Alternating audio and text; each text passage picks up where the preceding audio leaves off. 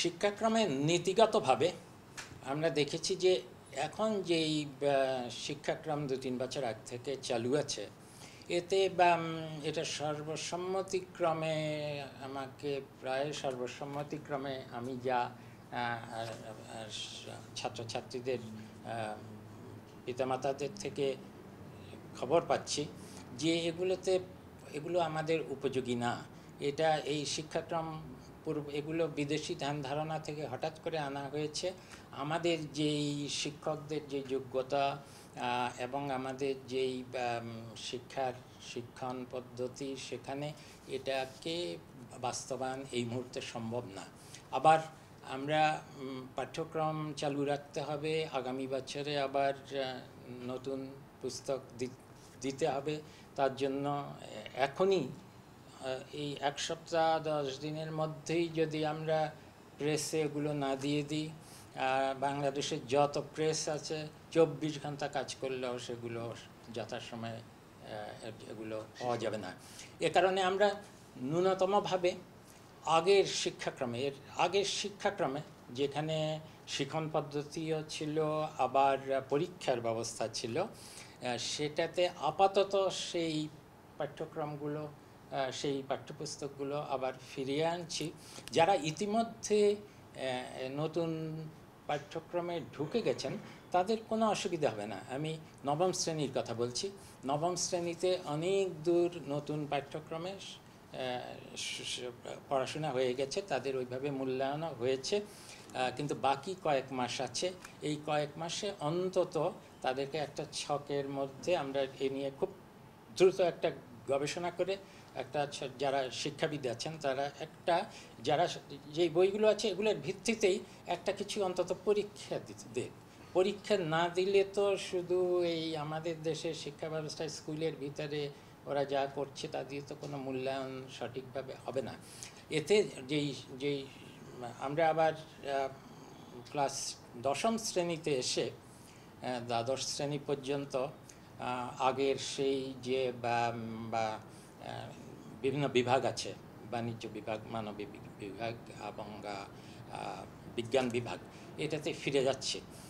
এটা ফিরে যাচ্ছে এই কারণে আমাদের অনেক দিনের অভিজ্ঞতায় আমরা দেখেছি যে এটাতে যদি বা নবম দশম শ্রেণী থেকেই তাদেরকে বাছাই করার সুবিধা দেওয়া না হয়, এটা হলো বাছাই করা, পরবর্তী যে বিষয়গুলো পড়বে বাছাই করা, পরবর্তীতে তারা মানবিক থেকে অন্য বিভাগে চলে যেতে পারে কলেজে এসে, কারণ সেভাবেই বাছাইয়ের ব্যবস্থা আছে। কিন্তু কিছু কিছু বিষয় আছে যেটা বিশেষায়িত অঙ্ক, বিশেষায়িত যে বিজ্ঞানের বিষয়, এগুলো স্কুল পর্যায়ে যদি কিছুটা এগিয়ে না থাকে তাহলে এটা কলেজে গিয়ে কিন্তু যে পাঠ্যপুস্তক আছে সেগুলোর সাথে মিলাতে পারবে না। আবার কলেজের পাঠ্যপুস্তকের সাথে যদি মিলাতে না পারে তাহলে বিশ্ববিদ্যালয় পর্যায়ে তারা প্রস্তুত হতে পারবে না এই বিষয়গুলোতে।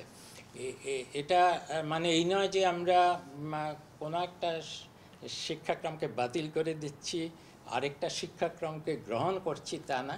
এটা হলো এখন আমাদের সময় নাই, সেজন্য আমরা এই ব্যবস্থাগুলো করছি। কিন্তু আগামী বছরও সারা বছর ধরে আমরা কিছু পরিপত্র জারি করে কিছুটা যেই দুর্বলতাগুলো আগের শিক্ষাক্রমে আছে সেগুলোকে সংশোধন করার চেষ্টা করব, যেটা বাস্তবায়নযোগ্য, সেটা মনে রাখতে হবে আমাদের, যেটা বাস্তবায়নযোগ্য। আর ক্লাস 9-এর নবম শ্রেণীর ছাত্রছাত্রীদেরকে আমি আশ্বাস দিচ্ছি যে তারা একভাবে পড়ে ফেলেছে, বাকি কয়েক মাস শুধু আছে। কাজেই তাদেরকে দশম শ্রেণীতে এসে যদি অত বিশেষায়িত বিজ্ঞান, মানবিক শাখা, বাণিজ্য শাখায় বিশেষায়িত বিষয়গুলো নিতে হয়, সেটাতে তারা নিজেরাই বাছাই করতে পারবে। কিন্তু তারপরও তাদের শিক্ষণে একটু ঘাটতি থাকবে, কারণ নবম শ্রেণী তো চলে গেছে। কাজেই আমরা এমনভাবে, আমি শিক্ষকদের কাছে কথা বলে দেখেছি যে তারা যেই পাঠ্যপুস্তকগুলো আসছে সেগুলো প্রথম দিকে তারা চালিয়ে যেতে পারবেন এবং শিক্ষার্থীদের কোনো অসুবিধা হবে না দশম শ্রেণীতে। কিন্তু শেষে একটু পরে গিয়ে দেখা যাবে নবম শ্রেণীর প্রস্তুতির ঘাটতি থাকায় তারা দশম শ্রেণীতে পুরোপুরি যেই বইগুলো আছে সেগুলো হয়তো সেভাবে সেভাবে সেভাবে তাদের অসুবিধে হতে পারে। এবং সেজন্য আমরা বছর যখন যাবে তখন আমরা প্রয়োজনীয়ভাবে ওটাকে আরেকটু শিথিল করব, দশম শ্রেণীর যেই কারিকুলাম সেটাকে একটু শিথিল করব, আরেকটু সহজতর করব। কাজেই যারা নবম শ্রেণীর শিক্ষার্থী আছে আগামী বছর দশম শ্রেণীতে যাবে তাদেরকে আশ্বস্ত করতে চাই যে কোনো রকমের অসুবিধা তাদের হবে না। আর প্রাথমিক পর্যায়েও আমরা ধারাবাহিকতা বজায় রাখব। আমরা নতুন পাঠ্যপুস্তক যেখানে আসার দরকার সেখানে আসছে, অনেকগুলো আগের পাঠ্যপুস্তকই চলছে, নতুন যেখানে আসার কথা সেখানে আর আসছে না। কিন্তু আমাদের মূল্যায়ন পদ্ধতি, সেখানে পরীক্ষা পদ্ধতি এবছর থেকেই সব জায়গায় চালু হয়ে যাচ্ছে। এরপরও যদি কিছু বিভ্রান্তি থাকে আমরা মন্ত্রণালয় থেকে পরিষ্কারভাবে অতি শীঘ্র এগুলো সব স্কুল কর্তৃপক্ষকে জানিয়ে দেব।